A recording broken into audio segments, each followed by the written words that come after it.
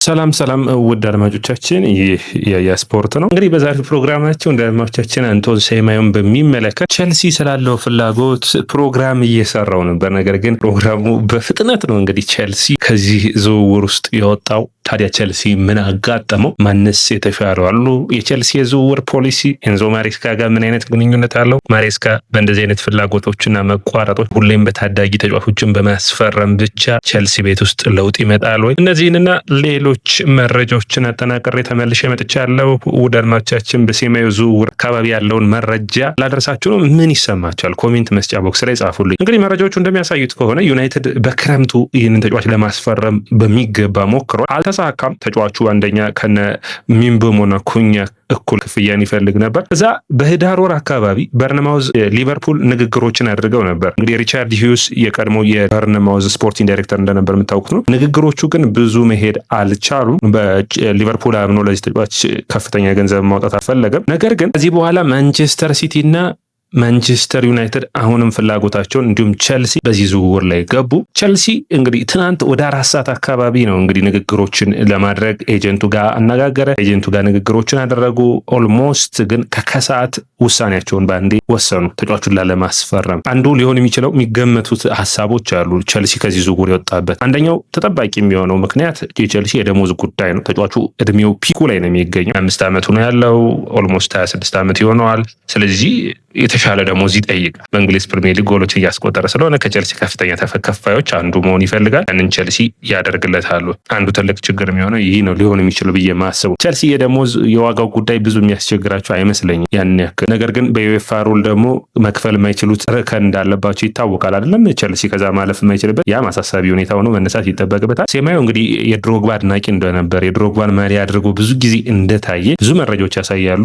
ፎቶዎችም ቪዲዮዎችም አሉ። የድሮግባ ሹቶች አድናቂ እንደነበር፣ ነገር ግን ደግሞ የአርሰናል ደጋፊም እንደሆነ ተናግሯል። እዚህ ዝውውር ላይ ታዲያ የማንቸስተር ዩናይትድ እና የማንቸስተር ሲቲ የመጨረሻ ፉክክር ነበር። ነገር ግን ሴማዮ ማንቸስተር ሲቲን መርጧል። እንግዲህ በሲቲ ቤት ምናየው ይሆናል። ሲቲ እንግዲህ የሚፈልገውን ደሞዝ መክፈል የሚችል ክለብ ነው። ምክንያቱም አሁን ባላቸው ሁኔታ በደህና ሁኔታ በሚገባ መክፈል የሚችሉ ናቸው። ታዲያ እዚህ ላይ መነሳት የሚጠበቀው ቸልሲ ለምን ከዝውውሩ ወጣ? የቸልሲ የመስመር ተጫዋቾች አማራጭን ማየት ይጠበቅብናል። ዳርማቻችን እንግዲህ ቸልሲ ከዚህ ዝውውር የወጣበት ምክንያቶች ግምታችን ያስቀምጠናል። እንግዲህ በሚቀጥሉት ጊዜያቶች ሲወጡ ደግሞ ማብራሪያዎቹ የሚቀጥሉ ይሆናል። ነገር ግን ቸልሲ እንደዚህ አይነት ዝውውሮችንና ከዝውውሮች በፍጥነት ሲወጣ ቸልሲን ዋጋ ያስከፈሉ ሲሆኑ አይተናል አይደለም? ለምሳሌ ያልተካኩለት ዝውውሮች አሉ። ለምሳሌ በክረምቱ ዲኒ ዩሰንን ለማምጣት ሞክረው ነበር። የተከላካይ ክፍሉን በሚገባ ማገዝ የሚችል ተጫዋች ይሆን ነበር። ቸልሲን ወደ ሌላ ከፍታ መውሰድ የሚችል ከኋላ ሲመሰርቱ የተሻለ ጥሩ ፐርፎርማንስ ያለው ተጫዋች ነበር። ነገር ግን እዚህ ጋር ሌላ መነሳት የሚጠበቅበት ነጥብ የማስበው 2 ሁኔታዎችን ነው። ቸልሲ ደግሞ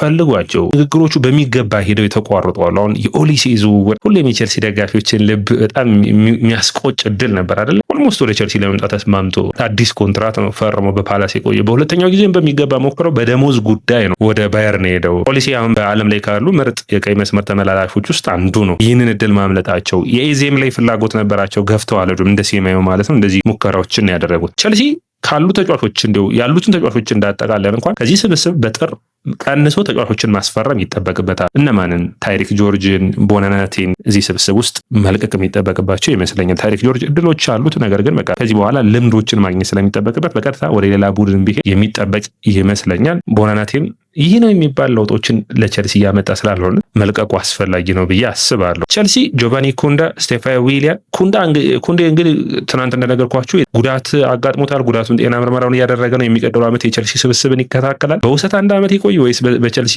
ይመለስ? እንግዲህ እዚህ ጋር መወሰን የሚጠበቅበት ይሆናል። ነገር ግን ሁለቱ የቀኝ መስመሩን ለመያዝ ኔቶ በጥሩ በወጥ ፐርፎርማንስ ጋር ናቸው እና ጊተንስ ግን ጊዜ ይፈልጋሉ። ስለዚህ እነዚህን የሚፎካከር ሌላ ተጫዋች ቸልሲ ያስፈልገዋል። አሁን እዚህ ጋር ነው መነሳት የሚጠበቅበት። አሁን አንቶን ሴማዮን ቢያመጡ ኖሮ ቸልሲ ምን ጥቅሞችን ያገኛል ብለን ብናስብ የተጫዋቹን ክህሎት በእንግሊዝ ፕሪሚየር ሊግ ያየ ነው ስለሆነ ብዙ በጥልቀት የምናየው ሀሁ አይሆንም።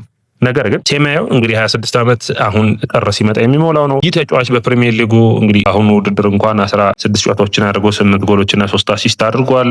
በማንቸስተር ሲቲ ቤት እንግዲህ ምን ያክል ማንቸስተር ሲቲን አጠናቅሮ ለእንግሊዝ ፕሪሚየር ሊግ ዋንጫ ዝግጁ እንደሚያደርገው ማየት የሚጠበቅብን ይመስለኛል። ምክንያቱም አንደኛ በአካል ብቃት ረገድ በተለይ ኤንዞ ማሬስካ የሚፈልጉት ፍጥነት፣ ቀጥተኛ ሩጫ ያለው ራስ የማድረግ በተለያዩ ቦታዎች የመጫወት ሁለቱን መስመሮች መሸፈን መቻሉ ለፓልመር እንዲሁም ደግሞ ለሌሎች ተጫዋቾች ስፔሶችን መፍጠር የሚችል ነው። እንግዲህ ወጥነት፣ ጥምረት እንዲሁም ደግሞ የውሳኔ ችግሮች አሉበት። ነገር ግን ውድ አድማጮቻችን እንግዲህ ክረምቱ ነው እንጂ በዚህ ዝውውር ሊገኙ የማይችሉ ሁለት ተጫዋቾች በቸልሲ ፍላጎት ሶስትም ማድረግ እንችላለን። ሶስት ተጫዋቾች በጣም በቸልሲ ፍላጎት ሁሌም ያሉ የምናውቃቸው አሉ አይደል? አንደኛው ሞርጋን ሮጀርስ ነው። ሞርጋን ኤላይት ሮጀርስ ነው። በጣም የቸልሲ ፈላጊ ነው። ምክንያቱም በማንቸስተር ሲቲ ቤት በቸልሲ አሁን ያሉትን ተጫዋቾች ከብዙዎቹ ጋር አብሮ ሰርተዋል። ከነ ፓልመር፣ ከነ ላቪያ፣ ከነ ዴላ፣ ከነ ጊተንስ እነዚህን ሁሉ ያውቃቸዋል እና ትልቅ ዕድልን የሚያመጣ ነው። ዋጋው ከፍ ያለ ነው የሚሆነው። ውድ አድማጮቻችን ከ70 እስከ 100 ሚሊዮን ዩሮ ሊያወጣ ይችላል። ዘንድሮ ውድድር ዓመት በ17 ጨዋታዎች 7 ጎል እና 3 አሲስት አድርጓል።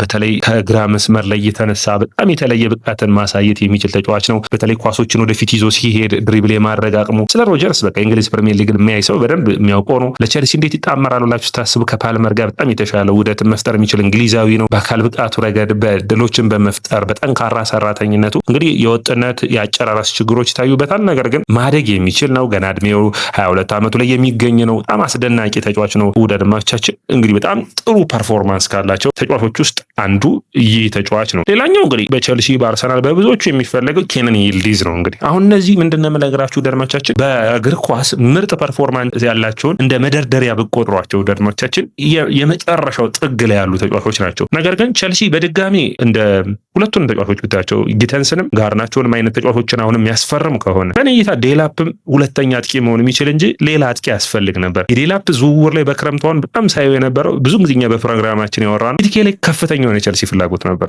ከኢቲኬን ወደ ዴላፕ ሄዱት። ኢቲኬ ስለተሳካለት ወልትመድ ላይ ቸልሲ ፍላጎት ነበር። ከሁለቱን ወደ ዴላፕ የወረደው ዴላፕ ዝቅ ያለ ነው እያልኩ አይደለም። ነገር ግን ጥራት ደግሞ ምልመላ ላይ ታዩታላችሁ እኮ አይደል? ለምሳሌ አንቶን ሴማዮ ከሞርጋን ሮጀርስ በክህሎት ረገድ ድሪብልና በምናምን ረገድ ወይም በተለያየ ነገር ቢታወዳሉት ሞርጋን ሮጀርስ በጣም የተሻለ ነው። ከዛ ውጭ ደግሞ ሃየር ሲሊንግ አላቸው ማለት አንዳንዴ የአንዳንድ ተጫዋች አሁን ባለው ብቃት ሴማዮ ከሮጀርስ ይበልጥ ይችል ይሆናል። የሆነ ያክል ክርክር ሊነሳ ይችላል። ነገር ግን የሚቀጥሉት 2 እና 3 ዓመታት ሮጀርስ የተሻለ በጣም ምርጥ ተጫዋች ሆኖ ልናየው የምንችልበት እድል ይኖራል። ታዲያ ከነዛ ተጫዋቾች አንዱ ኬነን ይልዲዝ ነው። ይልዲዝ በጣም አስገራሚ ቱርካዊ ተጫዋች ነው።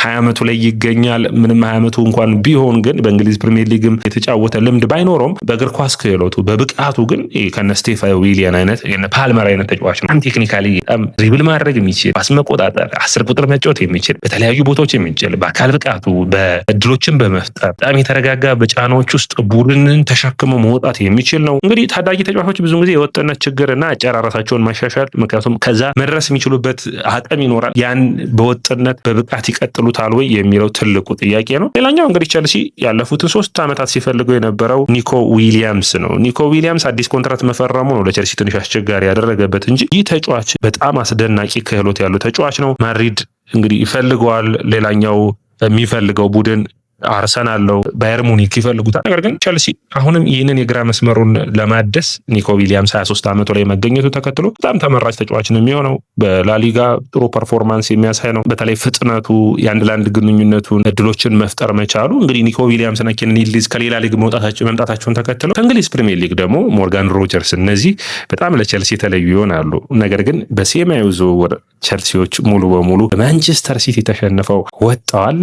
ማንቸስተር ሲቲ ማሸንፏቸው ሳይሆን ራሳቸው ከዝውውሩ ወጥተዋል። ኤንዞ ማሬስካ ይህ ሚና ምን ማለት ነው ለኤንዞ ማሬስካ ብለን ስናየው ማሬስካ ባለፉት ጊዜያቶች ያነሱት ሀሳብ አለ። አሁንም የግድ ሴማዩን እያለን ሳይሆን ልምድ ያላቸው ወጥ የሆነ ቡድኑን በሚገባ ማገዝ የሚችሉ ተጫዋቾችን ማስፈረም ያስፈልጋል እንጂ ቡድንህን 20 ታዳጊዎችን በማስፈረም ምርጥ ክህሎት ያላቸውን ብታስፈርም ለውጥ አይመጣምና ልምድ ያላቸውን ልምድ ኢኔሴንስ የእድሜው አይደለም። አሁን ለምሳሌ ኬነን ይልዲዝ 20 ዓመቱ ላይ ሊሆን ይችላል። በቶፕ ሊግ ግን 3 ዓመት ሲጫወት አይተነዋል። ሞርጋን ሮጀርስ ያለፉትን 2 ዓመትና 3 ዓመታት አይተነዋል አይደል እንግሊዝ ፕሪሚየር ሊግ ላይ። ስለዚህ እንደዚህ አይነት ለማለት ነው ደንማቻችን። አጠቃላይ እናንተ እንዴት አያችሁት?